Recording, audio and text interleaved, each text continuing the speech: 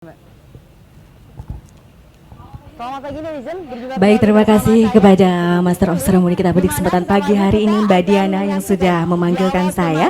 Dan tentunya saya ingin mengucapkan selamat pagi juga dalam dialog kemaritiman Maritim Jaya Indonesia Hebat. Sebelumnya saya akan memanggil dulu narasumber yang juga akan menemani kebersamaan kita di kesempatan pagi hari ini. Saya undang Bapak Wali Kota Cirebon, Bapak Dr. Andes Nasruddin Aziz, SH. Wali Kota Cirebon, Selanjutnya saya undang juga kepada Sultan Kanoman ke-12 Cirebon, Kakek Sultan Muhammad Saladin. Kita saksikan bersama. Kami undang Kolonel Laut Pelaut OC Budi Susanto, SHMSI, selaku Sekdi Sport Maral. Kami undang juga kepada Ketua Yayasan Pendidikan Swadaya Gunung Jati Cirebon, Bapak Dadang Sukandar Kasidin. Ketua Rumah Kreatif Indonesia Hebat, Bapak Kris Budi Harjo. Dan Ketua Pengembangan Pesisir dan Pulau-Pulau Kecil dan Pemukiman Nelayan dari Persatuan Nelayan Tradisional Indonesia, yaitu Bapak Dr. Insinyur Sutrija, MSI.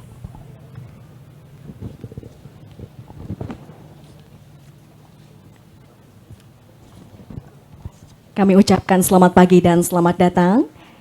Dan kami persilahkan untuk menempati tempat duduk yang telah kami sediakan. Terima kasih.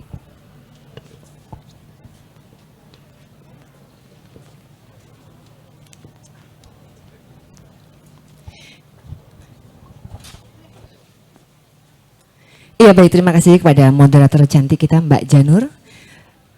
Baik, yang terhormat Bapak Wali Kota Cirebon, Dr. Andes Nasruddin Aziz SH. Yang kami hormati Bapak Sekdi Spotmal Angkatan Laut, Kolonel Laut Pelaut OC Budi Susanto SH MSI. Kemudian Sultan Kanoman 12 Kanjeng Gusti Anom Sultan Muhammad Saladin. Kemudian juga Ketua PNTI Dr. Insinyur Sutrija.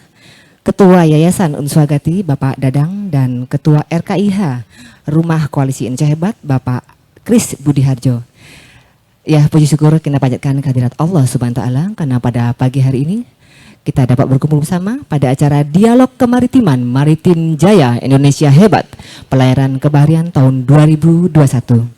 Dan tidak usah berpanjang lebar lagi, langsung saja saya serahkan ke moderator cantik kita untuk memandu jalannya Dialog Kemaritiman. Silakan kepada Mbak Janur. Baik, terima kasih kepada Mbak Diana. Dan tentunya kami ucapkan selamat pagi dan selamat datang terlebih dahulu kepada seluruh peserta Dialog Kemaritiman dan juga kepada seluruh narasumber yang sudah hadir di tengah kita. Selamat datang dan selamat pagi. Perkenalkan, saya Janur Wulan yang tentunya pagi hari ini insya Allah akan memandu jalannya Dialog Kemaritiman dengan tema Maritim Jaya Indonesia Hebat. Kabar baiknya, dialog ini tidak hanya saja dilakukan di sini secara offline, tapi juga banyak pemirsa-pemirsa netizen yang juga menyaksikan dialog ini melalui kanal YouTube TNI Angkatan Laut yang saat ini sedang siaran langsung ya. Saya akan sapa dulu, selamat pagi, selamat datang dan selamat bergabung. Baik, langsung saja bahwa hari ini kita akan berbicara mengenai Maritim Jaya Indonesia Hebat. Wow, tapi ada yang berbeda nampaknya bapak-bapak dan ibu di kesempatan pagi hari ini. Kalau kita biasanya dialog di sebuah ruangan tertutup dalam studio, sekarang ada yang beda. Kita langsung melakukan dialog dari atas KRI Dewa Ruci. Siapa yang nggak kenal sama KRI Dewa Ruci ya Pak ya? Mungkin nanti teman-teman dari Angkatan Laut akan coba menjelaskan nih, wah ini kegagahan atau apa ya namanya prestasi-prestasi yang sudah diukir oleh Dewa Ruci ini seperti apa. Baik, kita tahu bahwa Indonesia, mohon izin Bapak langsung saja, Indonesia ini sangat kaya. Bahkan menurut data yang saya dapatkan, Indonesia ini 2/3 wilayahnya adalah perairan. Jadi kayaknya bukan sebuah hal yang tidak mungkin ya Pak kalau Indonesia memiliki cita-cita sebagai poros maritim, betul ya Pak ya? Nah, apalagi dengan potensi-potensi maritim yang ada di Indonesia ini cukup luar biasa, dari perikanan dan kelautannya luar biasa. Dan ini juga sebagai tugas kita semua tentunya bagaimana kita semua masyarakat Indonesia bisa mencintai, menjaga dan juga berupaya untuk mengembangkan yang menjadi potensi maritim kita. Nah, maka dari itu dalam dialog kemaritiman ini kita akan gali, kita akan bahas apa saja yang bisa kita lakukan untuk mengembangkan atau memajukan potensi-potensi kemaritiman kita. Saya ingin bertanya untuk yang pertama itu langsung dari Bapak Kolonel Laut Pelaut Oce Budi Susanto SHMSI, beliau Sekdis Port Muara. Konon ada program yang digadang-gadang dari Angkatan Laut. Program apakah itu, Bapak? Untuk mengembangkan kemaritiman di Indonesia.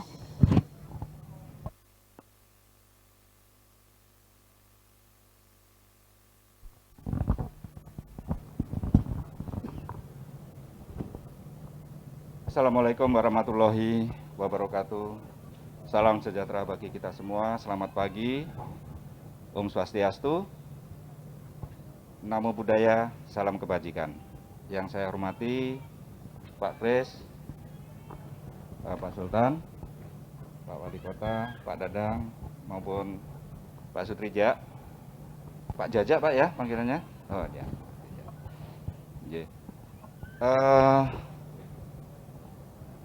Tentang KBN ini, Kampung Bahari Nusantara.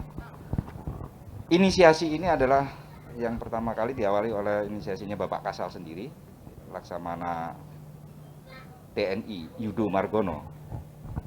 Pada saat beliaunya melaksanakan panen raya di Desa Tanjung Pasir di wilayah Jakarta. Nah, beliau berinisiasi bahwa kalau seluruh wilayah Nusantara ini, khususnya pesisir, dibangun menjadi desa-desa kampung bahari Nusantara, pasti kesejahteraan masyarakat, khususnya di wilayah pesisir ini, akan meningkat. Sudah lama memang Bapak Jokowi, khususnya Presiden, salah satu misinya adalah menjadikan Republik ini, negara ini, poros maritim dunia. Sehinggalah dibuat program KBN ini bagian kecil saja, namun harus dilaksanakan. Nah, kayak gitu. Terutama banyak bidangnya yang akan kami sampaikan nantinya. Demikian. Baik, untuk sejauh ini mungkin untuk program Kampung Bahari nasionalnya sendiri sudah sejauh mana Pak ini diimplementasikan di tengah-tengah kita semua? Sejauh ini tahun 2020 kita sudah membangun desa menjadi Kampung Bahari Nusantara. Ada 23 tahun 2020. Kemudian nanti 2021 ini akan dikembangkan masing-masing. Bapak Kasal sudah memerintahkan bahwa seluruhnya pangkalan-pangkalan TNI Angkatan Laut yang di seluruh wilayah Nusantara ini dibangun satu dulu saja, satu desa sebagai pilot project masing-masing. Supaya kita fokus, kalau semuanya 1.757 yang menjadi binaannya TNI Angkatan Laut itu sangat tidak mungkin kalau dikerjakan bersama dengan Angkatan Laut sendiri. Tentunya akan dikerjakan dengan seluruh instansi yang ada. Baik. Untuk pengetahuan saja bahwa yang namanya desa di Nusantara ini jumlahnya 16.000 sekian desa. Sedangkan desa pesisirnya itu ada 8.100 sekian. Makanya sangat jauh sekali.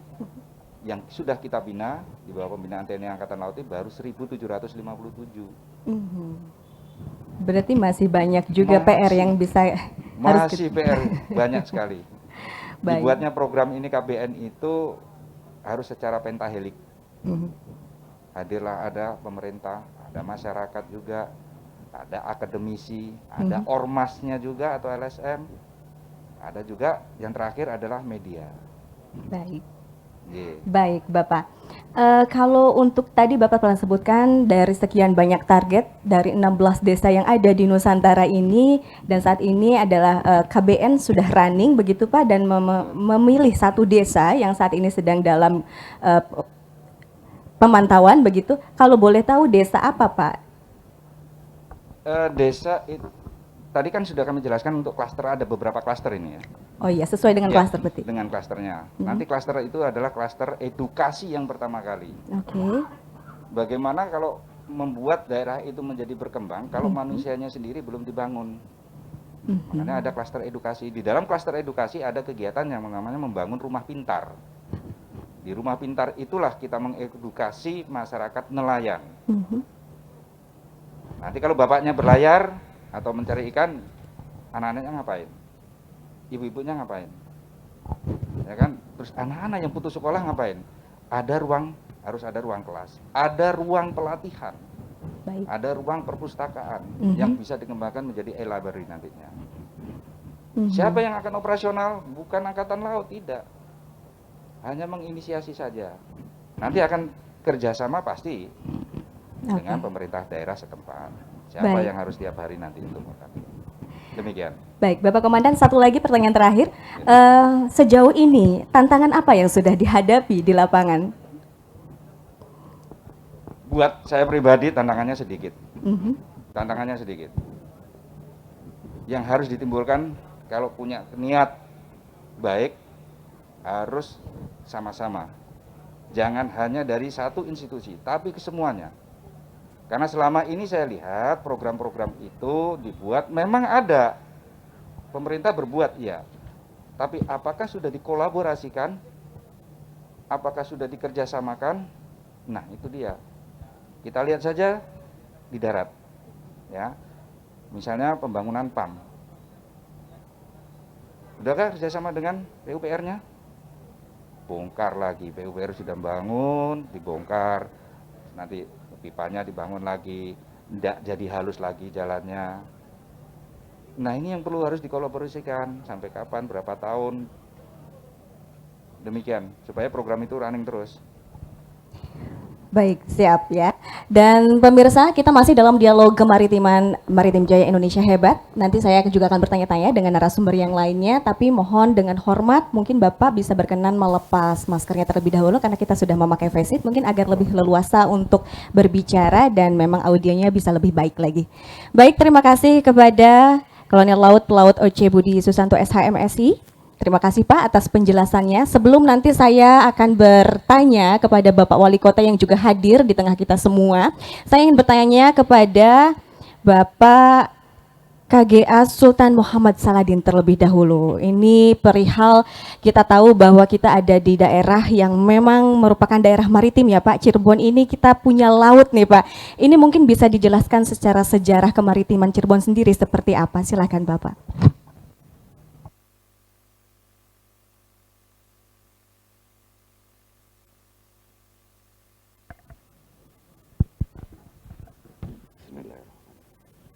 Assalamualaikum warahmatullahi wabarakatuh.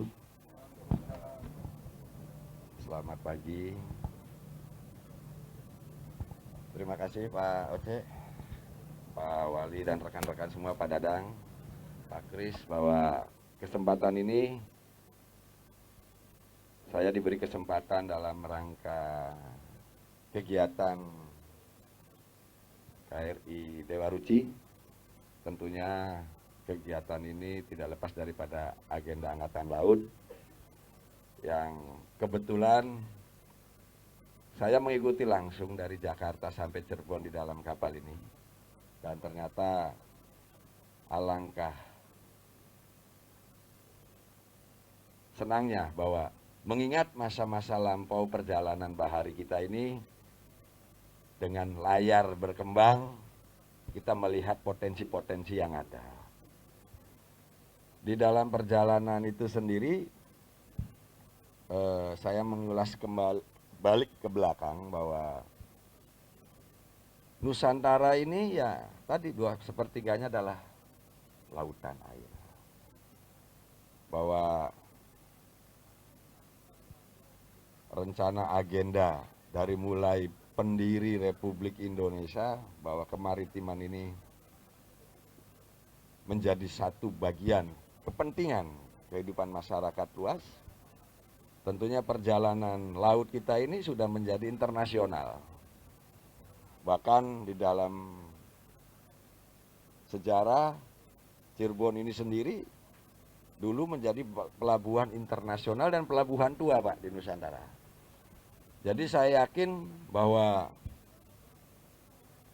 program-program daripada Angkatan Laut ini akan menjadi sumber-sumber baru yang tentunya kita kembali tidak lepas daripada keinginan-keinginan terutama dalam rangka kemajuan masyarakat nelayan. Ini juga tidak lepas daripada kebijakan pemerintah yang saya lihat untuk saat ini. Pemerintah ini konsisten kelihatannya, karena Angkatan Laut sudah turun berarti konsisten, Pak. Amin. Artinya tidak lepas dari perjalanan dulu. Saya dari Tanjung Priok terus melihat, bahkan sampai ya cuma malam hari aja yang nggak kelihatan. Kenapa Pak malam hari nggak kelihatan? Yang kelihatan kebetulan purnama, saya ngeliat Purnama. gitu. Jadi nelayan kita luar biasa dengan panas yang terik di laut. Kalau beliau terbiasa dijemur, kalau saya kan pagi hari dijemur sampai siang juga, tapi ngikutin lah. Artinya masyarakat kita sebetulnya dengan perjalanan dulu dilakukan sampai sekarang ini sangat luar biasa. Yang sehingga kalau orang-orang terdahulu ini mempunyai perjalanan ke laut, terutama laut Jawa ini, ya tidak salah. Banyak cerita yang dilakukan, termasuk laut Jawa ini disinggahi oleh Cheng Ho, apalagi mengulas ke belakang perdagangan internasional dari Eropa, dari mungkin pedagang-pedagang dari Arab, dan lintas ini kan lintas menuju dari Cirebon, terus perjalanan Cirebon itu sendiri kan, Cirebon naik ke Malaka, naik lagi terus ke Patani sampai ke Kamboja, terus naik lagi sampai ke Cina. Artinya ini jalur yang luar biasa. Kalau jalur ini menjadi baik, seyogyanya kita harus ikut peran serta. Bahwa dulu aja jaya, sekarang harus lebih jaya gitu. Apalagi sekarang Pak Wali ada, mungkin juga banyak harapan-harapan masyarakat Cirebon yang diwakilkan oleh Pak Wali ini bisa tersampaikan barangkali Pak Wali ya. Sebab kita ini harus sinergi antara masyarakat dengan pemerintah, harus sejalan. Baik. Dan itu harapan kami. Baik. Tapi tetap Cirebon berharap jalur-jalur ini menjadi sejarah yang terus akan menulis sejarah baru, Pak. Sejarah baru yang besok ini bergenerasi sejarah ini. Diawali dari perjalanan orang-orang terdahulu, Baik. sampai sekarang, dan terus dilakukan oleh Angkatan Laut dan pemakai. Oke. Iya. Baik. Dan tentunya dengan keberadaan program Kampung Bahari Nasional ini juga kita harapkan ini akan menjadi sejarah baru bagi Cirebon sendiri. Mungkin ada tanggapan untuk program Kampung Bahari Nasional ini, Pak Sultan? Ya, sebetulnya itu yang saya tunggu, Pak. Di dalam, Pak. Artinya saya tunggu, masyarakat menunggu program ini. Namun kembali bahwa masyarakat kita ini juga perlu diedukasi bahwa laut ini punya apa sih yang bisa kita manfaatkan secara keseluruhan, tidak hanya ikan, tidak hanya penghasil garam, kan gitu. Karena laut ini berpotensi masyarakat kita ini bisa maju dan bisa menemukan SDM-SDM baru, kurang lebihnya seperti itu. Baik, SDM-SDM yang bisa membawa laut kita ke masa depan, begitu ya Pak Sultan? Karena kebetulan di sini juga ada salah satu pemilik universitas swasta yang terbesar di Cirebon. Baik. Mudah-mudahan bisa kita komitmen membangun suatu kejayaan ke depan. Baik. Sementara ini saya cukup untuk pertanyaan dulu ke Pak Sultan. Saya akan alihkan dulu. Kebetulan di sini sudah hadir Wali Kota Cirebon, Bapak Dr. Andes Nasruddin Aziz SH. Tadi telah sudah dipaparkan mengenai Kampung Bahari Nasional, Pak, dan juga harapan-harapan mungkin dari Pak Sultan selaku mewakili rakyat Cirebon nih, dengan berbagai catatan penting sejarah Cirebon sebagai kota yang ada di tengah-tengah kita ini, dikelilingi lautan, begitu ya Pak. Nah, dari sisi pemerintah kota sendiri tentunya ini juga merupakan PR ya Pak ya. Kebijakan apa yang akan kemungkinan dilakukan nih dengan adanya program Kampung Bahari Nasional ini? Nusantara, Pak. Kampung Bahari Nusantara. Maaf, mohon izin ya. Kampung Bahari Nusantara ya Pak ya. Nah ini apa kira-kira peranan dari pemerintah kota sendiri untuk mendukung kesuksesan program ini Pak?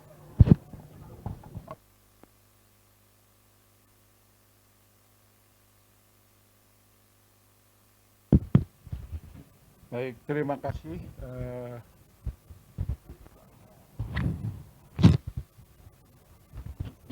Baik, terima kasih atas kesempatan yang diberikan pada kami.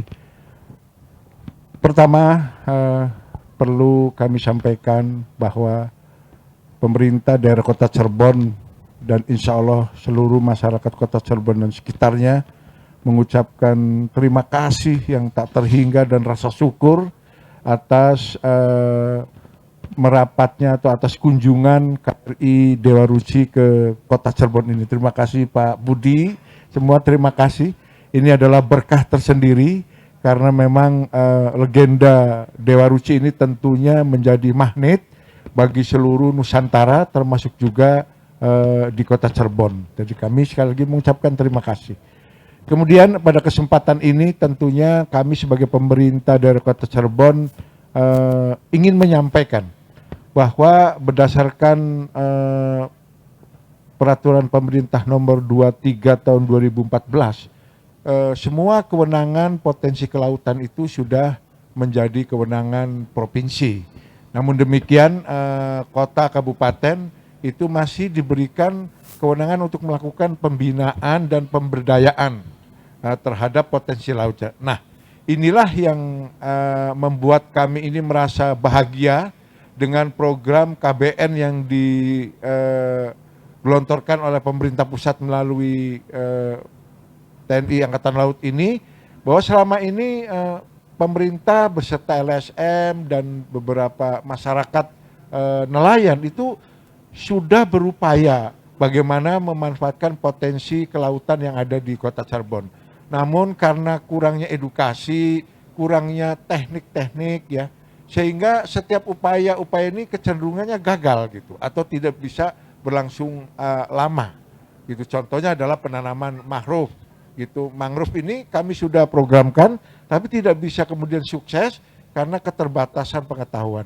Nah, kami sangat bersyukur sekali dalam pertemuan ini ada akademisi, ada para ahli itu yang nanti bakal mampu bisa menyampaikan apa yang harus dilakukan sebelum kita melakukan pengembangan potensi laut yang ada di pantai laut Kota Cirebon ini gitu. Jadi sekali lagi ini adalah berkat tersendiri, kami semangat, kami ingin menjadi bagian sukses dari KBN gitu yang sekarang ini sedang digulirkan.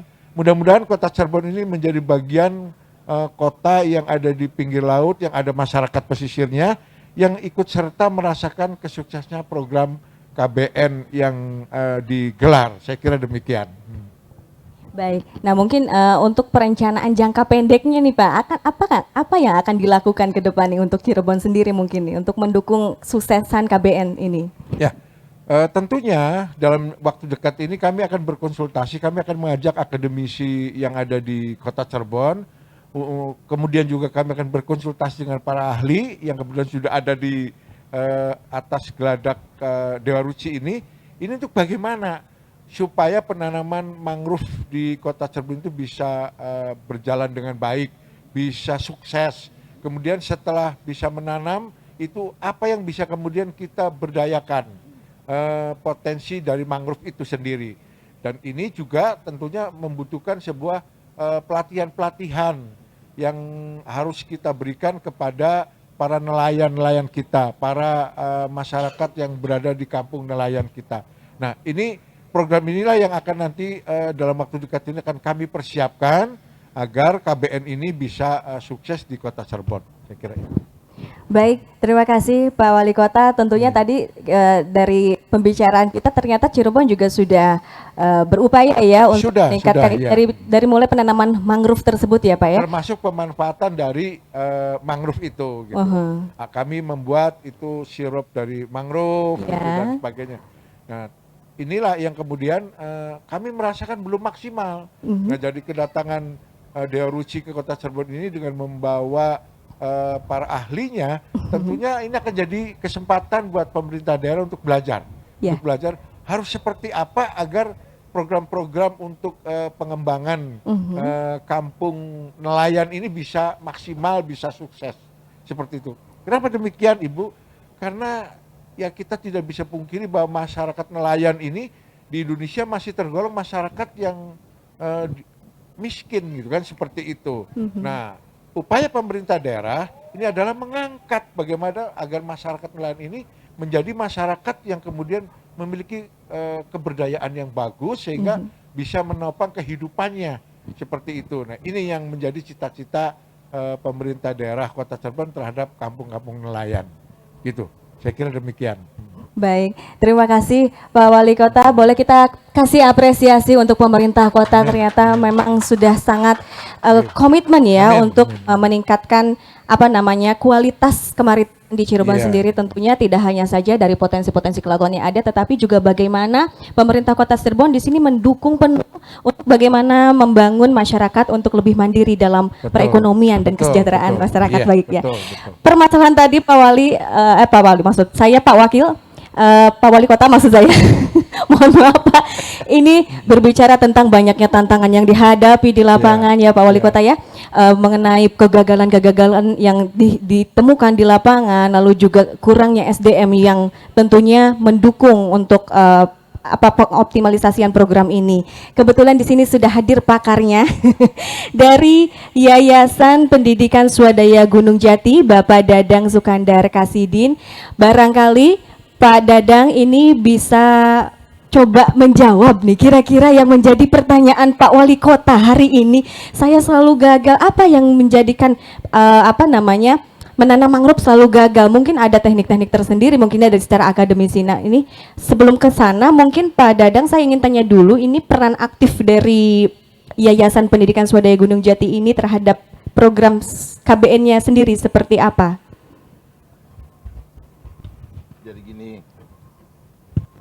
yang terhormat nih Pak Budi, yang terhormat Pak Kris, Pak Sultan, dan Pak Wali Kota, dan Pak Jaja. Sebelum saya menyampaikan pemikiran tentang peranan akademisi dalam pengembangan bidang kelautan di Kota Cirebon, saya ingin menyampaikan selamat Hari Dharma Samudra. Semoga sukses dan selalu jaya. Amin.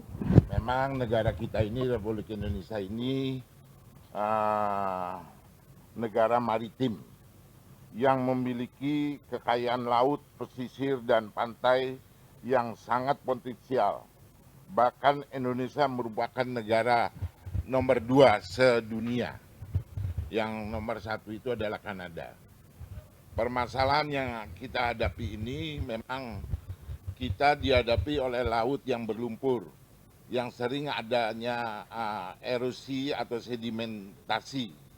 Nah ini yang permasalahan, dengan sedimentasi ini timbulnya tanah-tanah timbul, yang menjadikan permasalahan di masalah sosial ini, di Kota Cirebon ini terutama.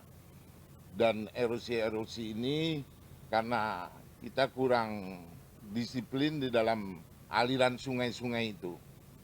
Jadi kami mungkin di dalam menjalankan dukung daripada program KBN ini, kita akan adakan penelitian-penelitian yang untuk lebih mendalam dan memberikan sesuatu penerangan untuk pengabdian kepada masyarakat, terutama para nelayan yang pada ini belum punya kesadaran dan disiplin di dalam hal menjaga marub ini. Karena marub di sini selain mati, memang ada yang suka ditebang untuk tambak udang, contohnya itu, dan untuk yang lain-lain itu. Jadi saya sangat mendukung sekali program daripada Angkatan Laut ini dengan kedatangan daripada kapal Dewa Ruci ini sangat-sangat berterima kasih sekali karena di sini akan bisa untuk mensejahterakan daripada masyarakat banyak, terutama para nelayan, dan khususnya ini akademisi pun tidak akan bisa berjalan sendiri tanpa ada dari kesinergian baik dari pusat maupun provinsi dan dari beberapa instansi departemen dan pengusaha-pengusaha ini. Jadi ini harus yang disinergikan semuanya ini. Tanpa ada kebersamaan untuk gotong royong, ini akan menjadikan suatu kendala. Tetapi kalau kita menjalankannya ini saling bahu-membahu, saling tolong-menolong untuk gotong royong, bersinergi, ini akan menjadikan suatu kesejahteraan. Karena kita punya kekayaan laut ini banyak sekali. Jadi dengan kedatangan daripada Dewa Ruci ini sangat mengapresiasi kita untuk bisa berbuat bagaimana untuk bisa memakmurkan dan mensejahterakan masyarakat banyak. Pak Dadang, kalau boleh saya bertanya, penelitian-penelitian yang sudah dilakukan oleh kawan-kawan dari akademisi sendiri, ini dalam hal tentunya meneliti berbagai potensi kelautan yang ada di Cirebon sendiri, selain mangrove, mungkin ada apa lagi, Pak? Jadi kita memberikan sesuatu penelitian-penelitian ini, baik daripada kekayaan daripada laut itu mengenai masalah ikan, satu contohnya ikan, dan kita memberikan sesuatu penerangan kepada masyarakat mengenai untuk menjaga kebersihan dan kedisiplinan untuk bisa melestarikan, mencintai dan menyayangi kawasan laut ini. Nah, kalau kita melihat bahwa pembangunan mungkin tidak hanya saja dilihat dari sisi potensi laut yang ada, tetapi juga bagaimana kita bisa meningkatkan perekonomian dan kesejahteraan rakyat yang ada. Betul. Kalau kita melihat garis pantai yang ada di kota Cirebon ini terbilang pendek ya Pak Wali Kota, tadi Bapak sempat cerita sama saya. Hanya 7 km saja. Nah ini mungkin dari kacamata akademisi, apakah dengan panjang garis pantai 7 km ini bisa kita maksimalkan untuk dapat memaksimalkan potensi-potensi kemaritiman yang ada dari sisi pariwisatanya mungkin, perekonomiannya, dan lain sebagainya? Sangat memungkinkan sekali. Dan kita bisa bersinergi dengan kabupaten-kabupaten, baik Kabupaten Indramayu maupun Kabupaten Cirebon juga. Jadi kita kan ada satu persatuan wilayah Majakuning. Jadi memang kita sudah ada sesuatu kerjasama di dalam bidang pemerintahan ini antara Kabupaten Indramayu dengan kota dan Kabupaten Cirebon. Jadi sangat memungkinkan sekali, gitu. Tinggal dijalin untuk komunikasi dan koordinasinya untuk lebih baik. Baik, terima kasih Bapak Dadang Sukandar Kasidi. Nanti kita lanjut lagi perbincangan kita, dan tentunya para hadirin tamu undangan dan juga pemirsa dimanapun Anda berada yang menyaksikan dialog kemaritiman dengan tema Maritim Jaya Indonesia Hebat. Tadi seperti apa yang sudah dikatakan oleh Bapak Kolonel Laut Pelaut Oce Budi Susanto ya Pak ya, SHMSI, bahwa kita ini dalam menyukseskan program Kampung Bahari Nusantara ini tidak bisa sendiri, tetapi juga kita harus bergotong royong bersama-sama. Artinya Pentahelix harus ikut di sini untuk bagaimana program ini bisa sukses ya Pak. Nah kebetulan di sini juga sudah hadir, sebelum saya nanti ke Bapak Insinyur Sutrija, Pak saya mohon izin untuk ke RKIH dulu nih, Rumah Kreatif Indonesia Hebat. Yang sudah hadir di tengah-tengah ada Bapak Kris Budi Harjo. Pak, boleh saya minta tanggapannya Pak mengenai program Kampung Bahari Nusantara ini, dan bagaimana nih pendapat dari RKIH sendiri? Baik, terima kasih. Assalamualaikum warahmatullahi wabarakatuh. Pak Wali Kota Cirebon, Pak Sultan Kanoman, Pak Dadang dari Universitas Jati, Pak Jaja, terima kasih. Pak Oci, Jadi menurut RKIH, Kampung Bahari Nusantara ini mengembirakan kalau memang itu bisa dijalankan dengan baik. Inisiatornya memang dari Angkatan Laut, CQ, Direktorat Potensi Maritim. RKIH tentu akan mendukung dan berperan aktif di dalam mewujudkan cita-cita itu. Karena memang masyarakat pesisir ini termarginalkan. Kita mau jujur maupun tidak, walaupun ada Kementerian KKP yang mengurusi pasisir, tapi sentuhannya belum sampai. Sejauh ini bicara nelayan adalah bicara kemiskinan.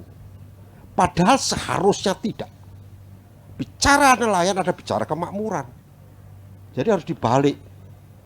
Oleh karena itu program Kampung Bahari Nusantara yang dicanangkan oleh Angkatan Laut mesti di-backup. Apalagi dialog pada hari ini adalah dialog kemaritiman.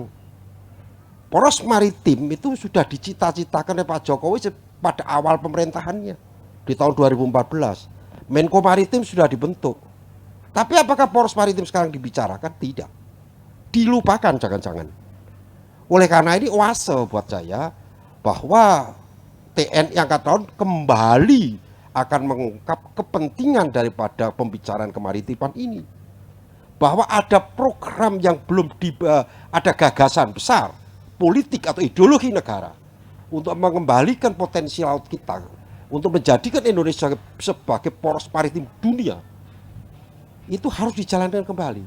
Mulai bicara dari yang kecil, yaitu membangun jiwanya baru membangun raganya. Jiwa siapa yang dibangun? Rakyat. Rakyat mana? Rakyat pesisir. Nah ini yang menarik buat RKIH terhadap Kampung Bahari Nusantara ini. Saya apalagi mendengar apa yang disampaikan oleh Sultan, Pak Wali Kota dari Yayasan Gunung Jati. Ya kita uji coba karena baru tahun 2020 ya Pak Uji ya. Mungkin Cirebon, kota Cirebon Kabupaten Indramayu jadi prioritas program. Satu masing-masing kota satu kampung aja dulu lah. Kita keroyok rame-rame. Di sini ada Pak Wali Kota, Bupati Cirebon, Bupati Indramayu, ada nanti motornya Universitas Gunung Jati lah, RKIH akan membackup, juga Sultan Kanoman kan, karena secara budaya kan wilayah beliau ini. Kalau wilayah secara de jure ya wilayah wali kota lah. Saya kira itu menarik. Jadi kita menjadikan Cirebon, berangkat dari Cirebon sebagai kota pelabuhan, kota maritim di zamannya, akan mengilhami kekuatan maritim Indonesia. Peran daripada masing-masing apa? Ini pertanyaannya. RKIH peran strategisnya adalah sebagai bridge, sebagai jembatan. Karena kepengurusan RKIH itu lengkap multi partai, multi institusi, maka RKIH akan menempatkan diri sebagai jembatan untuk program ini baik dengan institusi pemerintah maupun institusi swasta. Dan itu sudah kita lakukan. Beberapa hari yang lalu, beberapa bulan ya Pak ya, karena baru, kita juga sudah mencoba membangun keramba di Belawan. Tapi kisah waktu itu masih gagasan sifatnya. Kemudian kita membantu jaring. Untuk apa? Untuk Kampung Bahari. Jadi kalau hanya teori saja membangun, tidak bisa. Jadi masyarakat itu butuh praktis. Kebutuhannya apa? Lah ini akademisi yang meneliti. Nah ini kira-kira. Cirebon apa, Indramayu apa, diteliti oleh akademisi bersama dengan TNI Angkatan Laut, kemudian RKIH menjembatani apa yang diperlukan dari kalangan swasta, kebijakan di khusus kota Cirebon Pak Wali Kota. Kalau ini kita mulai 2021, se-Indonesia 5 tahun lagi selesai itu. Karena Indonesia itu bercontoh. Ya. Itu sangat penting menurut saya. Jadi buat RKIH ini sebuah hal yang menarik.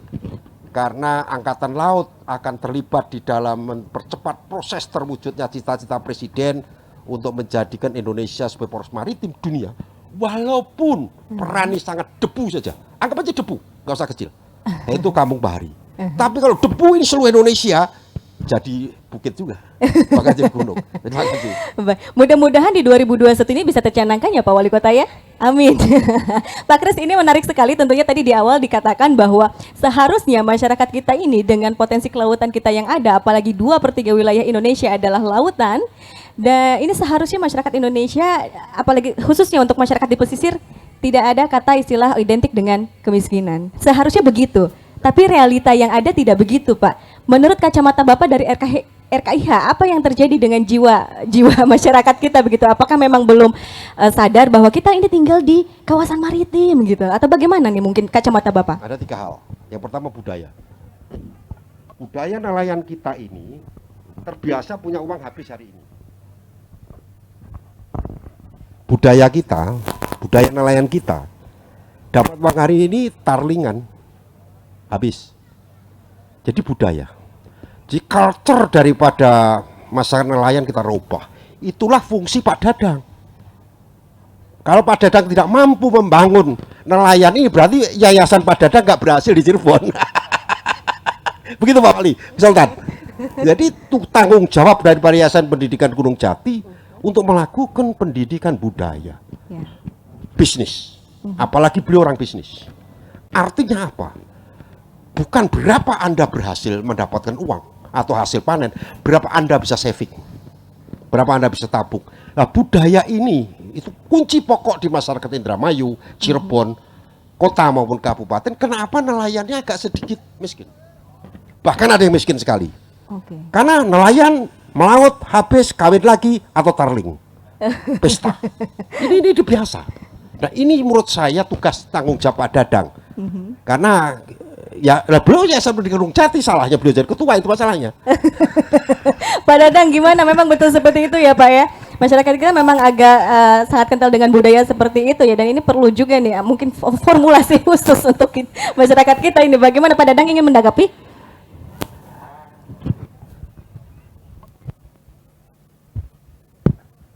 Ya selain apa yang dikatakan Pak Kris itu betul, tetapi permasalahannya kita memang masyarakat di pantai ini SDM-nya rendah. Selain SDM rendah, kesadarannya lemah sehingga tidak bisa menjalankan sesuatu disiplin di dalam menjalankan sesuatu kehidupan realita di dalam kehidupan ini. Jadi selain apa yang dikatakan budaya itu memang betul, tapi tidak semuanya loh Pak Kris. Itu salah satu tadi. Tidak semuanya. Baru salah satu Pak. Yang jelas kita akuin ini SDM yang rendah. Di pantai nelayan ini sangat rendah. Dan kesadarannya lemah. Dan disiplinnya pun lemah. Itu. Yang sehingga menjalankannya masih seenaknya, semaunya, menggampangkan, semena-mena, itu. Jadi belum menjalankan sesuatu kesadaran bagaimana pola hidup yang baik. Dan ini memang bagian daripada Yayasan Gunung Jati dan Universitas memberikan suatu pengabdian kepada masyarakat dan penelitian-penelitian. Tapi tidak ada artinya penelitian maupun pengabdian masyarakat kalau kita tidak didukung oleh semua komponen yang berkaitan. Baik, kembali lagi ya, oleh seluruh komponen yang berkaitan. Ingin mendengar lagi? Ya, oleh karena itu KBN menjadi penting. Kampung Bahari Nusantara menjadi muara kebersamaan itu. Pertama dari penelitian apa nanti yang dilakukan oleh yayasannya Pak Dadang, kampung mana yang kita dulukan? Persoalannya apa? Mengapa mereka termarginalkan? Pertama budaya, kemudian kedua adalah permodalan usaha, kemudian yang ketiga adalah SDM.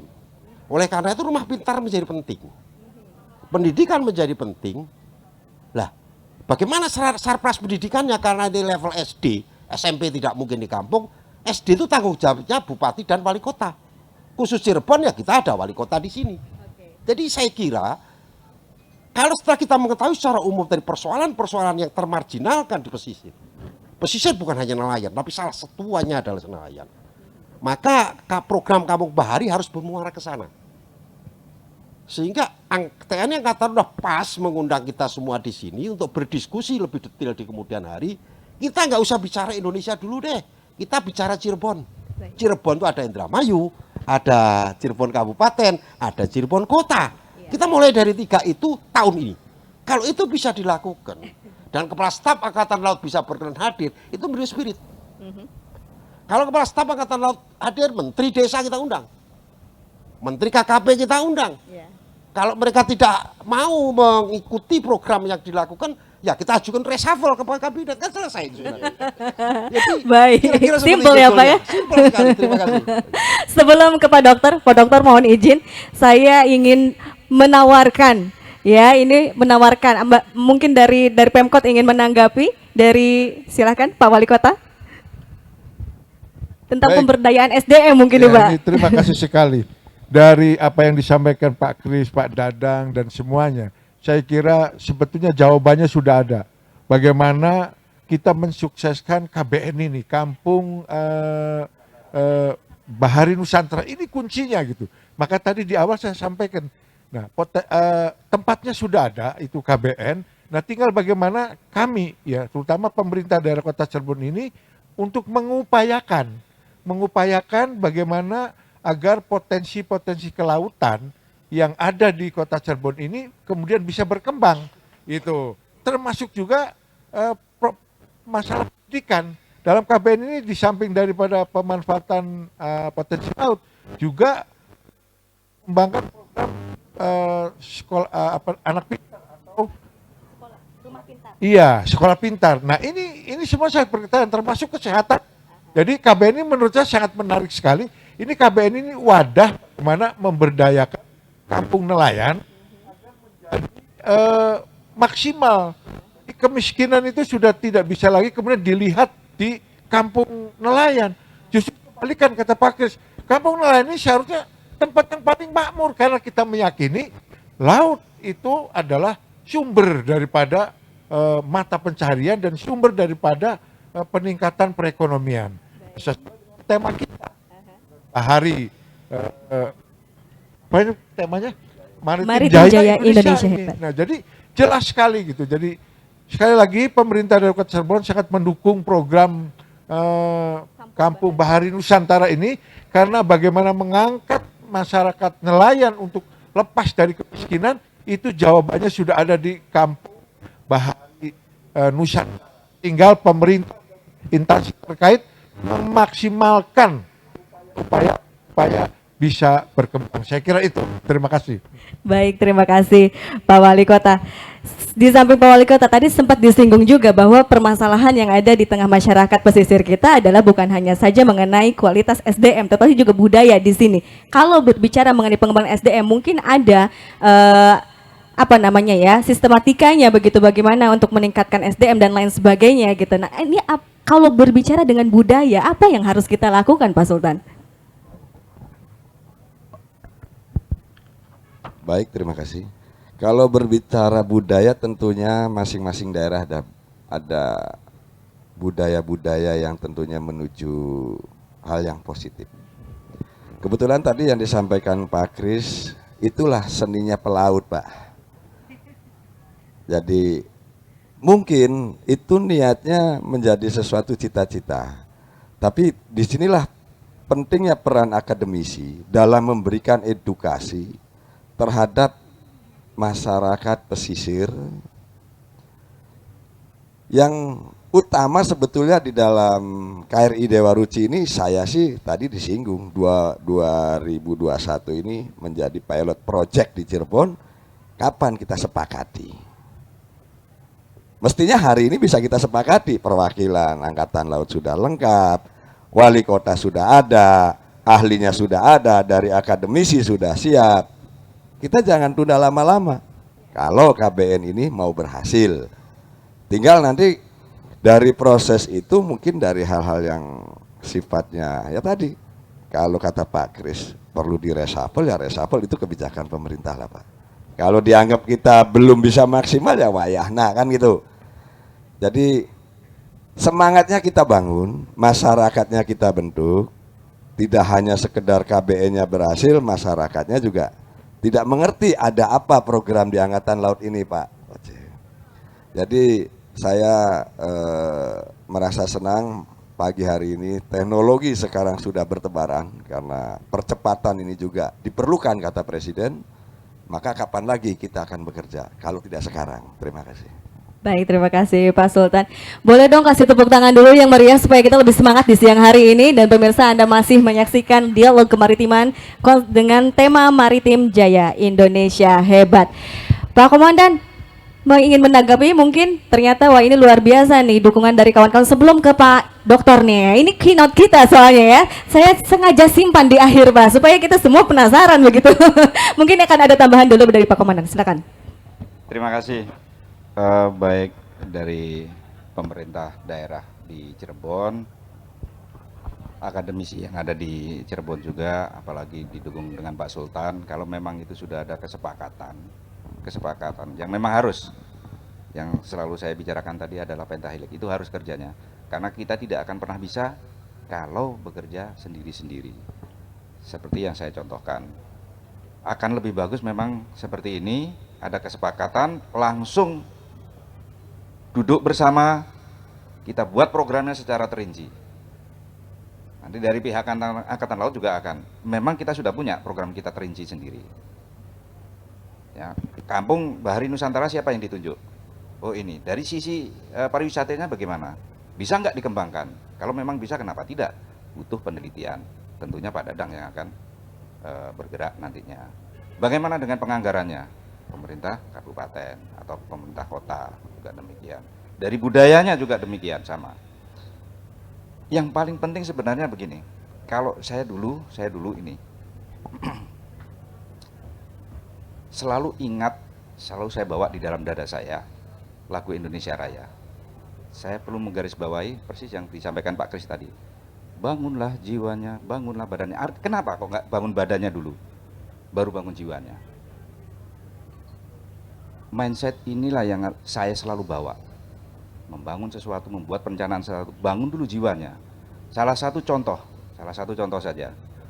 Mungkin Bapak Ibu sekalian sudah punya cucu yang sudah SD, kasih kertas, kasih pensil, suruh gambar. Apa yang digambar? Pasti ada gunung, pasti ada sawah. Sampai dengan detik ini ada. Ada nggak yang gambar pantai? Artinya apa? Bahwa mindsetnya ini, jiwanya itu dulu ditanam. Dari mulai pendidikan yang terbawah sampai ke perguruan tinggi. Kebetulan kami pernah melaksanakan dialog seperti ini juga di Jakarta. Langsung disambut baik oleh universitas, 3 universitas ini. Bahwa di dalam materinya itu ada kebaharian atau kemaritiman. Langsung dimasukkan materi itu. Nah ini disambut baik seperti ini. Apalagi kalau menjadikan Cirebon ini pilot project yang besar nantinya, mengundang Bapak Kasal di sini, apalagi ada ide-ide yang lain yang membuat Cirebon ini dipandang dari sisi kemaritiman, menjadi contoh untuk daerah yang lain. Demikian, terima kasih. Terima kasih Pak Oce. Kita beralih ke Ketua Pengembangan Pesisir dan pulau-pulau kecil dan pemukiman nelayan dari Persatuan Nelayan Tradisional Indonesia sudah hadir. Tepatnya di samping saya, Dr. Insinyur Sutrija MSI. Dok, sebetulnya kondisi masyarakat nelayan kita seperti apa sih? Apakah betul seperti apa yang tadi Pak Kris sampaikan gitu ya? Atau mungkin ada temuan-temuan lain mengenai karakter unik masyarakat pesisir kita? Silahkan Dok. Baik, terima kasih Ibu Moderator. Sebentar. Yang saya hormati Bapak Wali Kota Cirebon, yang saya hormati Pak Sultan Cirebon, Pak Oce selaku pemilik program, Pak Tris dan Pak Dadang.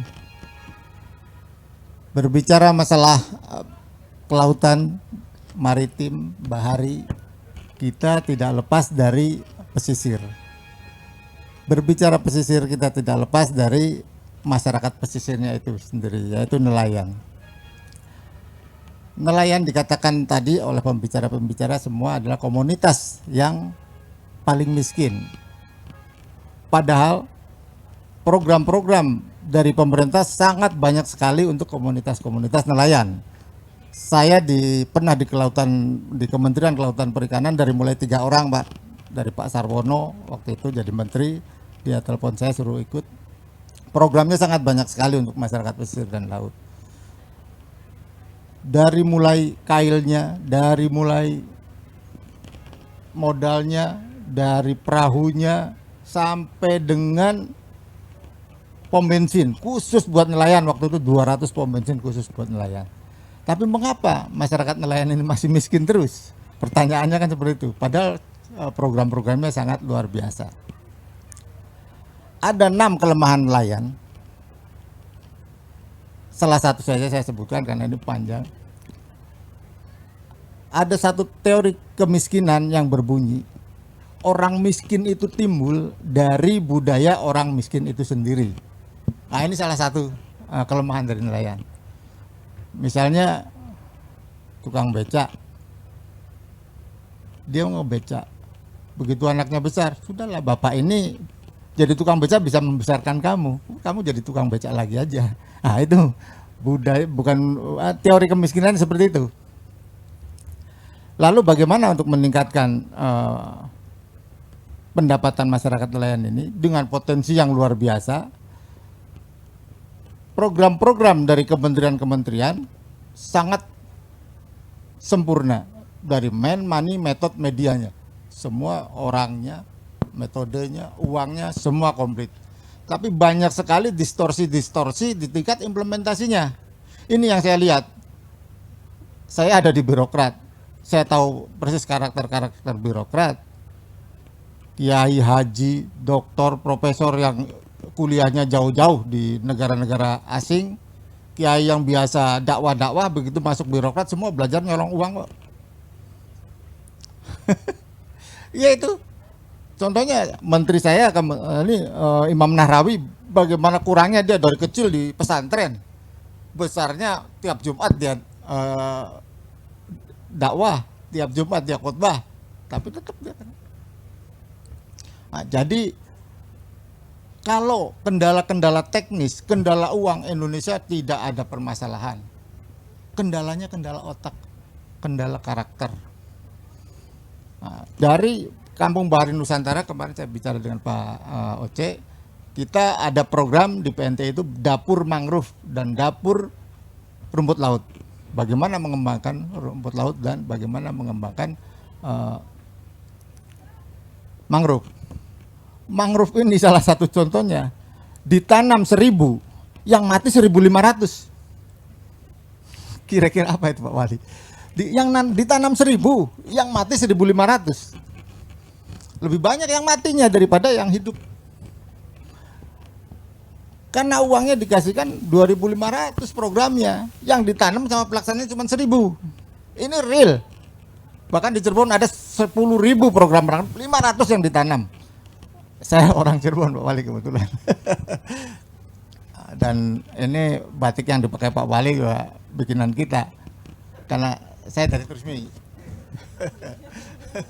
Saya bikin ini batik kelautan, batik sendiri. Kebetulan waktu saya di Kementerian Kelautan Perikanan, saya bikin batik yang motifnya tadinya batik tuh hanya corak kembang-kembang, saya bikin ada ikannya. Kata orang, siapa yang mau beli ja? Udahlah, daun kering aja ada yang beli kok, apalagi batik yang kita program. Untuk masalah dapur rumput laut ini kemarin sudah bicarakan bagaimana bisa dapur mangrove. Kalau di daerah-daerah wilayah barat bagusnya dapur mangrove, kalau wilayah timur dapur rumput laut, karena penghasil rumput laut banyak di wilayah timur. Untuk mangrove di Cirebon sendiri sebetulnya potensi mangrove-nya sangat baik. Cuman dari hasil kajian itu hanya tinggal 10-30%. Mangrove sebetulnya adalah pohon termahal di dunia, Pak. Bukunya sudah saya bukukan, ada bukunya, mangrove pohon termahal dunia. Kenapa pohon mahal terdunia? Mangrove satu-satunya pohon yang diperhatikan oleh 5 instansi. Dari lingkungan untuk pelestarian, dari kehutanan untuk penghijauan, dari kelautan perikanan untuk namanya spawning, speeding, spawning ground. Nah, ini bisa dijelaskan nanti. Terus dari PU untuk penguatan tanggul, dari Menteri Pertahanan untuk batas-batas wilayah laut negara. Tapi kalau mangrove-nya mati, tidak ada yang bertanggung jawab. Pada 5 kementerian yang memperhatikan. Dan ini bukan hanya mati, semuanya hampir turun. Di dunia tuh ada 21 juta hektar mangrove, 7 juta hektar ada di Indonesia. 5 juta hektar adanya di Bali, yang 2 hektarnya nyebar ke seluruh Indonesia. Bagaimana mangrove ini bisa kita tanam? Ya ini harus benar-benar programnya diawasi. Kebanyakan penanaman mangrove hanya untuk nanamnya saja, tapi tidak ada untuk pemeliharaannya. Pemeliharaannya nggak ada. Tadi barusan joknya di Pak Wali Kota tadi, saya bilang Pak Wali di Kesenden itu mangrove-nya bagus loh tadinya, pas tumbuh segini, yang pacaran sudah banyak, yang di situ pada datang pacaran itu kalau tinggi bagaimana? Nah, jadi idealnya mangrove itu di samping penanamannya ada pemeliharaannya. Skimnya model apa di PNTI sudah ada, Pak Wali barangkali mau mengembangkan mangrove. Mengapa mangrove itu pohon termahal di dunia? Ini hitung-hitungan semuanya. Waktu di Bali, di benua, kenapa sampai tidak dibongkar mangrove itu, tidak ditebang? Karena di sana mau dijadikan tambak. Berapa juta penghasilan tambak dalam 1 tahun? Berapa juta penghasilan dari mangrove dalam 1 tahun? Karena kepiting terbaik di dunia itu kepiting mangrove. Pertama memang kepiting Amazon, tapi Amazon kan cuma hanya lokal saja di Amazonnya. Kedua kepiting laut paling mahal. Di dalam mangrove itu tadi tempat beranak pinaknya udang, kepiting, kerang, belut, dan lain-lain. Biota lautnya sangat banyak. Di samping itu hasil dari pohon mangrove-nya tadi Pak Wali bilang udah bisa dijadikan mangrove sirup, bisa dijadikan obat dan lain-lain. Arang terbaik di dunia adalah arang dari pohon mangrove. Belum lagi nanti di atasnya diberikan hutan-hutan burung-burung pada hidup di situ. Karena penghasil oksigen terbaik adalah pohon mangrove. Jadi buat kehidupan di Indonesia ini mangrove sangat layak untuk dikembangkan. Tinggal bagaimana para pemimpin-pemimpin, terutama tadi kepala daerahnya benar-benar konsisten. Tadi ada orang yang integritas, ya, jujur, disiplin, komitmen yang melaksanakannya juga. Karena sebaik apapun program-program, kalau yang penguasanya tidak memberikan izin, susah sekali. Misalnya dari PNTI punya program untuk dapur mangrove, untuk pengembangan mangrove-nya seperti ini tersusun dengan rapi. Bahkan insya Allah Pak, program PNTI ini akan dibiayai oleh WWF World Wide Foundation. Kebetulan direkturnya juga teman, dan alhamdulillah waktu saya di kelautan perikanan juga saya nggak pernah menyentuh APBN. Saya mencari sendiri dari Partnership for Government Reform untuk membiayai program yang saya ciptakan. Waktu itu menterinya Pak Rohmin, kemudian ini ada teman orang Cirebon jadi menteri, saya nggak minta uang, minta tanda tangannya saja Pak. Ini proposal saya mau ajukan ke UNDP. Tanda tangan Pak Rohmin, alhamdulillah cair untuk pengembangan teluk-teluk di seluruh Indonesia. Dan waktu itu ya yang menjalankan saya. Jadi sebetulnya jangan bilang nggak ada dananya, jangan bilang nggak ada anggarannya. Kalau kita kreatif, programnya bagus, ayo saya bisa tunjukkan kira-kira dari mana sumber-sumber pendanaan non APBN-nya. Apalagi programnya dari Angkatan Laut, Mabes AL. Saya rasa kalau KSAL yang tanda tangan, insya Allah Pak, ada pengaruhnya soalnya kan. Kalau dari PNTI apa ya, walaupun ketuanya orang Angkatan Laut juga. Jadi untuk KBN ini kita sumbangsihnya untuk pengembangan dapur mangrove dan dapur rumput laut. Bagaimana rumput laut nanti bisa dijadikan bakso, bagaimana rumput laut bisa dijadikan mie dan makanan-makanan lainnya yang penuh gizi dan sangat bagus buat tubuh kita. Kalau mangrove-nya sendiri nanti ada banyak sekali yang sudah kita kembangkan yang bisa menunjang perekonomian masyarakat nelayan. Terutama masyarakat nelayan ini bagaimana meningkatkan kesejahteraannya, karena ujung-ujungnya pembangunan adalah kesejahteraan masyarakat. Kalau selama ini masih ada bansos berarti masyarakat masih belum sejahtera. Kan sekarang ini lagi ribut bansos, bahkan bansos di korupsi dan lain-lain karena masyarakat kita belum sejahtera. Insya Allah dengan adanya dapur mangrove dan dapur rumput laut, masyarakat nelayan ada alternatif baru untuk mengembangkan perekonomiannya untuk mendapatkan penghasilan tambahan di samping dia melaut. Demikian Pak, terima kasih. Baik, mungkin sebelum saya bertanya ke pertanyaan selanjutnya untuk Pak Dokter, ada yang ingin menanggapi? Mungkin Pak Oce silakan.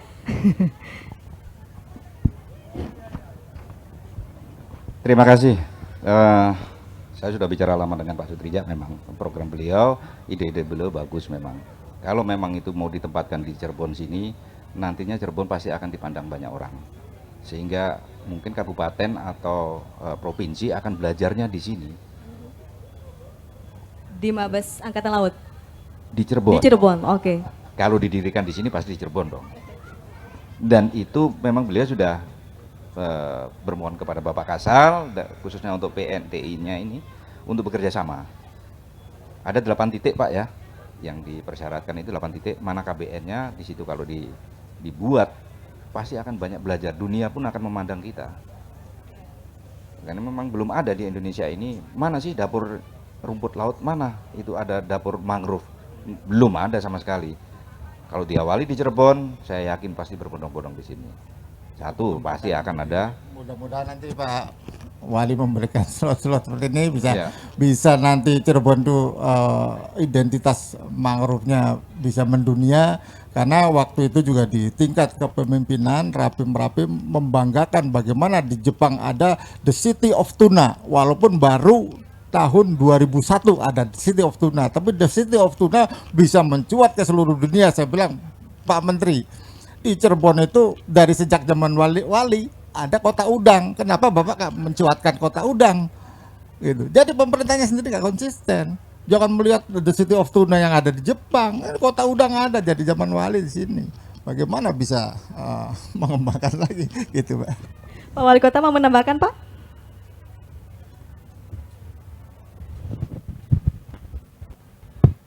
Apa yang disampaikan oleh beliau ini adalah motivasi buat kami, dan kami akan mengawali dari hari ini kita melakukan diskusi, kemudian kami akan menindaklanjuti dengan kami akan mengundang para ahli termasuk dari akademisi untuk kita, termasuk Pak Budi, nanti kita untuk menyusun bersama langkah-langkah yang paling tepat yang bisa sejalan dengan program KBN untuk bisa kemudian kembangkan di Kota Cirebon.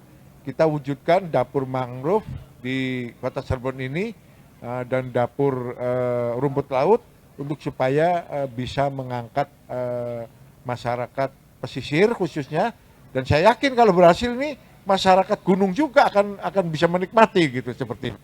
Jadi masukan ini yang Bapak sampaikan pada kami ini akan jadikan amunisi untuk kami menindaklanjuti mewujudkan KBN dengan potensi mangrove dan rumput laut. Saya kira itu. Baik, luar biasa. Semakin semangat perbincangan kita di siang hari ini, dan pemirsa mudah-mudahan Anda juga masih menyaksikan Dialog Kemaritiman dengan tema Maritim Jaya Indonesia Hebat. Sebelum pada akhirnya nanti akan saya tanya satu persatu mungkin harapan dari outcome dengan adanya Dialog Kemaritiman ini, terutama dalam program Kampung Bahari Nusantara. Saya ingin tanya dulu, mungkin ini saya sebagai masyarakat di luar sana ya Pak ya, mewakili saya. Kalau saya lihat, saya bukan orang Cirebon, tapi saya dilahirkan di Cirebon, tapi saya langsung ke luar kota gitu. Terus sekarang saya kembali lagi ke Cirebon, dan mudah-mudahan saya bisa juga ikut membangun kota Cirebon ini dengan kemampuan saya begitu ya. Bapak, saya mau tanya nih sebagai masyarakat kecil nih Pak nih. Cirebon itu kan punya banyak potensi, tadi mungkin ada dari mangrove ya Pak ya. Mangrove juga bisa dimaksimalkan. Terus kalau tidak salah juga tadi Bapak bilang potensi-potensinya seperti batik dan lain sebagainya. Saya ingin bertanyanya begini. Cirebon ini kan daerah pesisir nih Pak, gitu kan. Terus juga kita punya nelayan nih Pak, gitu kan ya. Nelayan yang memang kewajiban kita semua bagaimana kita memikirkan nelayan ini bisa sejahtera ke depannya begitu, karena kita adalah daerah maritim begitu. Tapi kita punya udang, ada juga yang punya garam nih. Apakah garam dan udang ini juga bisa menjadi komoditi kita untuk kedepannya nih Pak? Kalau saya melihat ini bagaimana mungkin tanggapan Bapak nih dari PNTI sendiri nih dengan potensi-potensi komoditi kita begitu? Terima kasih. Jadi memang Cirebon ini sebetulnya sangat unik. Cirebon itu orangnya sangat kreatif. Contohnya Cirebon tidak punya rotan sama sekali tapi rotannya mendunia. Cirebon tidak punya benang sehelai pun tapi batiknya mendunia. Nah, bagaimana dari potensi kelautan ini bisa di-manage secara benar, karena salah satu contohnya adalah potensi, mungkin ini info juga buat Pak Wali, ada satu kelurahan yang punya potensi pengupasan rajungan sehari 2 ton. 2 ton sehari, bayangkan. Kalau dijadikan BUMD Pak, kita bisa menjual end user misalnya ke Singapura. Ini dipiara oleh orang-orang semacam Medan Canning, Philip Morris, Sidiado Canning, itu orang luar semua yang punya. Dia 2 ton ini diambil oleh mereka. Dari sini misalnya cuma 200.000 sekilo, di Amerikanya sudah 400. Kalau dijadikan BUMD, 1 kilo untung 20.000, 2 ton sehari, sudah 40 juta sehari, 1 bulan sudah berapa miliar. Nah, ini kejelian-kejelian dari para penguasa-penguasa ini harus ke arah sana. Bagaimana menciptakan BUMD yang benar-benar untung, bukan rugi seperti BUMN. BUMN semuanya rugi. Saya sedang berurusan dengan BUMN ini tentang impor daging dari India. Bagaimana BUMN tidak rugi? Saya direkturnya langsung. Bagaimana BUMN ini tidak rugi kalau cara kerja Bapak begini? Bapak perlu ngambil dari India dijual di sini, itu rugi. Pertamina saja yang tinggal ngambil, nggak perlu marketing, masih rugi juga gitu. Apalagi yang harus ngulak dulu, ngulak baru dijual. Nah, ini ada satu kesempatan juga Pak Wali, barangkali mau mengembangkan BUMD itu ya semacam tadi potensi rajungannya luar biasa Pak, potensi rajungan. Nelayan Cirebon ini menguasai Indonesia. Pertama memang nelayan Bugis. Coba lihat di Tangerang, nelayan dari mana? Kalau nggak Bugis, Cirebon, Bugis, Indramayu. Jadi sudah potensi kemampuan sudah tidak diragukan lagi. Cuman bagaimana nelayan ini mengambil tidak terlalu jauh dari bibir pantai. Karena tadi baru satu ya masalah teori kemiskinan. Yang kedua ada juga misalnya karakter nelayan. Karakter nelayan itu sadis. Beda dengan karakter petani. Petani itu nanam dulu, nyiram, tinggi, berbuah, panen. Kalau nelayan kan apa saja ambil lah, buat masa bodoh, semua mau kecil mau besar mati semua diambil. Karakternya sadis. Jadi ini juga perlu, kalau kita membangun masyarakat nelayan jangan hanya teknik-teknik saja, jangan hanya modal-modalnya saja, tapi karakternya ini bagaimana harus dirubah. Tidak mudah menanamkan karakter baru. The new living modified karakter. Bagaimana menanamkan karakter baru yang termodifikasi di benak para nelayan. Itu teori-teori yang harus dimasukkan. Ini perlu kiat-kiat khusus itu untuk memasukkan bagaimana the new living modified karakter ini. Demikian Pak. Dan ini cukup memakan waktu banyak lama untuk begitu ya Pak ya. Pak Dokter, mungkin ada harapan outcome yang bisa diciptakan dengan adanya program Kampung Bahari Nusantara ini, apalagi dengan kita saat ini melaksanakan dialog kemaritiman. Mungkin dari Pak Oce dulu, silakan Pak, harapan dan outcome yang diharapkan. Terima kasih moderator. Dengan adanya dialog ini kami berharap seperti yang telah saya sampaikan, dengan adanya ide dari Pak Jaja, Cirebon menjadi suatu daerah maritim percontohan dari seluruh wilayah Nusantara ini. Hal baru memang yang diidekan oleh Pak Jaja ini. Tapi kalau itu direalisasikan di sini, saya yakin Cirebon akan menjadi berkembang. Terus yang kedua, kembali ke yang saya sampaikan tadi, perubahan mindset tentang kemaritiman. Jangan sekali-kali lagi anak-anak ini atau kita-kita yang semua yang sudah dewasa ada masih mindsetnya bahwa negara kita adalah negara agraris. Yang ketiga, peran media. Peran media cukup besar Dengan adanya dialog seperti ini, dengan adanya perubahan mindset, tentu harus ada media-media yang menyatakan bahwa daerah kemaritiman itu seperti ini. Maritim itu apa sih? Apa saja yang harus dikelola oleh maritim itu? Apa saja kekayaan maritim itu? Siapa yang disebut maritim? Dulu petani, agraris, paling buah, ya kan, paling tanaman apa saja. Itu saja yang tergambar. Sama di televisi sekarang SCTV maupun apa yang lain-lain. Ini digambarkan adalah daerah, bukan kepulauannya, kekayaannya. Ini secara terus-menerus. Nggak bisa memang merubah karakter itu dalam setahun 2 tahun. Tapi harus puluhan tahun dengan berbagai cara yang ada. Yang terakhir, kembali lagi, dengan adanya dialog ini, secepat mungkin adanya realisasi tentang KBN seperti apa dan duduk bersama, mari secara programnya secara terinci dibuat dari berbagai instansi yang ada. Demikian, terima kasih. Terima kasih Pak Aceh. Pak Kris, silakan apa yang ingin disampaikan?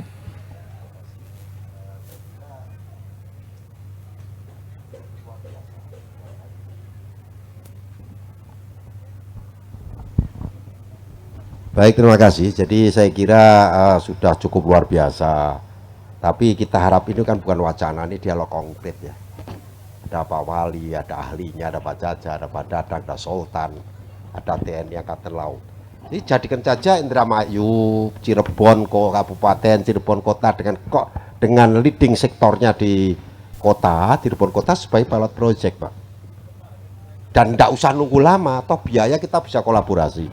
Artinya yang penting mulai dulu. Pengembangan tahun depan, anggaran tahun depan nggak ada masalah. Tapi di soft opening ya, istilah apa? Soft dulu lah, launching dulu lah, soft launching. Kan begitu kira-kira. Kalau nggak begitu nggak akan mulai. Jadi ini budaya kita juga.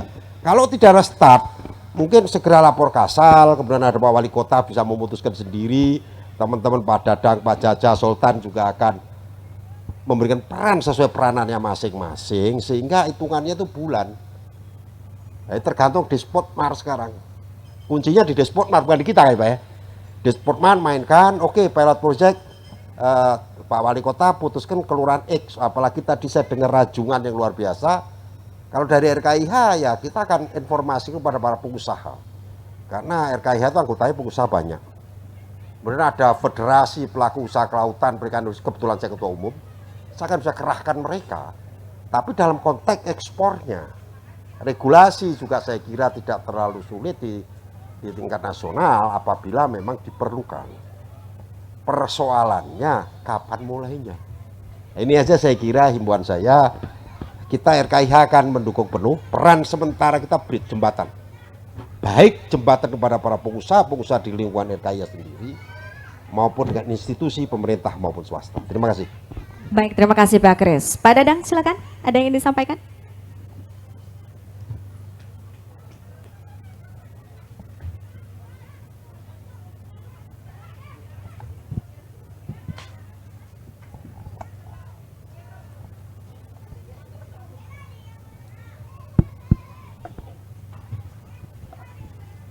Memang kalau kita seperti Pak Wacem bilang bahwa untuk membentuk karakter ini butuh waktu, proses waktu. Tetapi kalau kita menjalankan kehidupan ini tidak meninggikan akal dan tidak membesarkan perasaan dan tidak mengagungkan keegoan, melainkan kita meninggikan Tuhan kita dan membesarkan Tuhan kita dan mengagungkan Tuhan kita, sehingga kita bisa menjalankan kehidupan itu di sampingnya Tuhan, kita akan cepat prosesnya. Tapi yang lebih penting harus dimulai seperti Pak Kris bilang. Jadi kebanyakan kita ini, terutama di akademisi pun, terjadi sesuatu kelemahan ini kadang-kadang meninggikan akal. Sedangkan akal ini berbuat ini 5 menit aja kita nggak tahu, nggak ngerti, nggak paham, nggak jelas. Kalau yang kelihatan ini tidak bisa menggunakan akal, harus menggunakan suatu keyakinan. Nah, keyakinan kita ini hanya dipakainya sewaktu-waktu dan sekali-kali. Yang semestinya nikmat Allah di dunia itu adalah 3. Waktu, kesempatan, sama udara. Ini yang kurang diisi. Kita banyak menyia-nyiakan waktu, kesempatan, dan udara untuk menjalankan ketakwaan kepada Tuhan. Jadi kita ini, lemahnya kita ini di dalam menjalankan sesuatu kehidupan ini hanya meninggikan suatu keegoan. Orang ego itu akan membentuk suatu kepribadian seenaknya, semaunya, menggampangkan, semena-mena, mentang-mentang, sombong dan takabur. Tetapi kalau kita meninggikan Tuhan, kuncinya kepada Tuhan ini, kalau kita mendapatkan ridho, semua masalah persoalan urusan dunia ini akan mudah terlaksana, akan mudah tercapai. Dan kebahagiaan ini kebanyakan manusia ini dalam hal keduniawian. Dunia ini isinya ini tidak ada apa-apanya. Karena yang lebih nikmat ini kalau kita mendapatkan rahmatnya Tuhan. Dan apalagi kalau kita mendapatkan perlindungannya Tuhan. Nah, jadi mestinya kita menjalankan kehidupan. Karena kehidupan ini seperti Pak Jaja bilang, isinya kotor, palsu, kejam, keji, dan tidak benar ya Pak ya. Nah, itu kehidupan. Nah, kalau kita menjalankannya, menggunakan cara agama dan keimanan dan ketakwaan, insya Allah akan bisa menjalankan sesuatu jalan yang lurus. Terutama yang utama Pak Kris, kalau kita ingat bahwa Tuhan ini melihat kita, itu akan ada rem. Apalagi kalau Tuhan mengetahui isi hati kita, akan ada setir. Apalagi kalau Tuhan ini menyaksikan kita, kita punya persneling kalau ibarat di mobil ini. Nah, ini loss control. Ya, jadi mestinya kita menjalankan kehidupan. Dalam kehidupan ini, isi dunia ini hanya tipu daya. Jadi kita jangan mudah terajak, terbawa, terasuh, terpengaruh maupun tergoda di dalam kehidupan dunia. Kita harus selalu membawa Tuhan dimanapun kita berada, terutama di dalam mengisi waktu, kesempatan, dan udara. Jadi saya kira Pak Oce akan lebih cepat kalau kita membawa Tuhan. Kalau kita menggunakan cara logika, ini prosesnya memang harus ada proses, dan ini bisa cukup lama, bisa berhasil dan bisa tidak. Kalau kehidupan. Tapi kalau kita bawa Tuhan, pasti akan berhasil. Jadi saya yakin dan percaya dengan sepenuhnya, dengan kedatangan ini, kapal ini, bahari ini, dalam kemaritiman ini untuk memicu dan mendorong, terutama masyarakat Cirebon dan sewilayah Majakayu Kuning ini, untuk bisa lebih maju dan sejahtera. Jadi banyak potensi-potensi, ini ahlinya sudah mengatakan, ini wali kota aja baru tahu ini, sebetulnya kita penghasil rajungan dari zaman saya masih kecil ini, ya Pak ya. Tetapi saya juga baru dengar ini, sampai sekian ton ini. Ya. Jadi, iya. Ini makanya kekayaan laut ini sangat-sangat luar biasa. Ya. Malah sebetulnya enak, nggak terlalu kelihatan kalau kita mencari bisnis di laut ini. Ya Pak Uca, ya. Daripada di darat. Kalau di darat itu mudah diincar, mudah dilihat. Baik. Ya. Baik, terima kasih Pak Dadang. Kita beralih ke Pak Sultan. Silakan Pak Sultan, ingin disampaikan?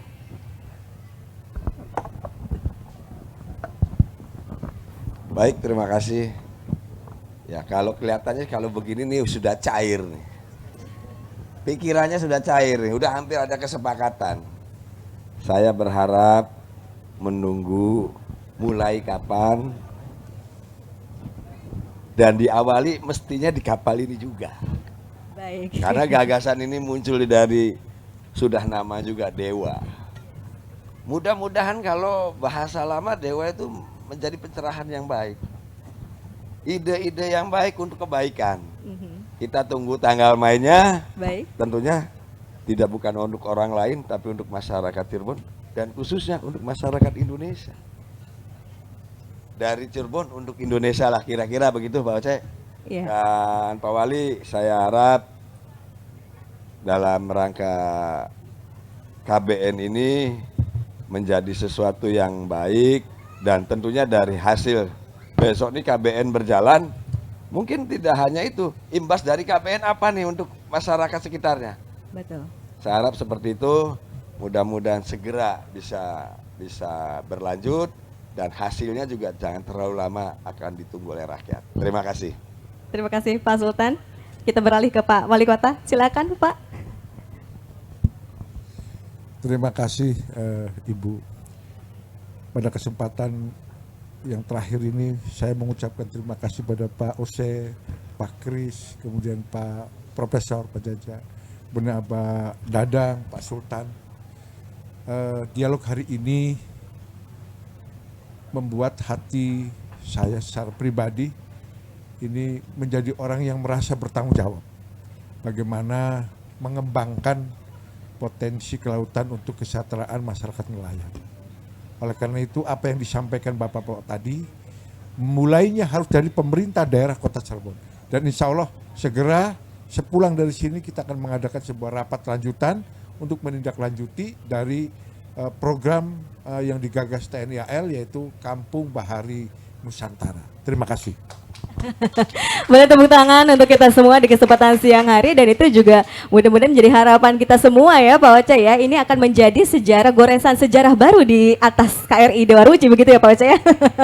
Baik, saya selaku pemandu acara di kesempatan siang ini mengucapkan terima kasih banyak atas kerjasama dari Bapak narasumber dan juga seluruh teman-teman di sini yang tentunya juga ikut mensukseskan acara Dialog Kemaritiman dengan tema Maritim Jaya Indonesia Hebat. Saya juga ingin mengucapkan terima kasih banyak untuk Anda semua yang menyaksikan secara streaming di kanal YouTube TNI Angkatan Laut.